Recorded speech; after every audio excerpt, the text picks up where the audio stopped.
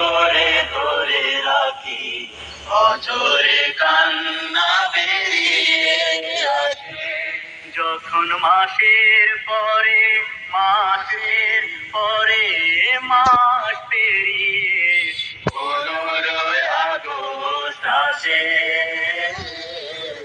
আমি আমার দুটি আঁখি কি করে ধরে রাখি, অঝরে কান্না বেরিয়ে আসে।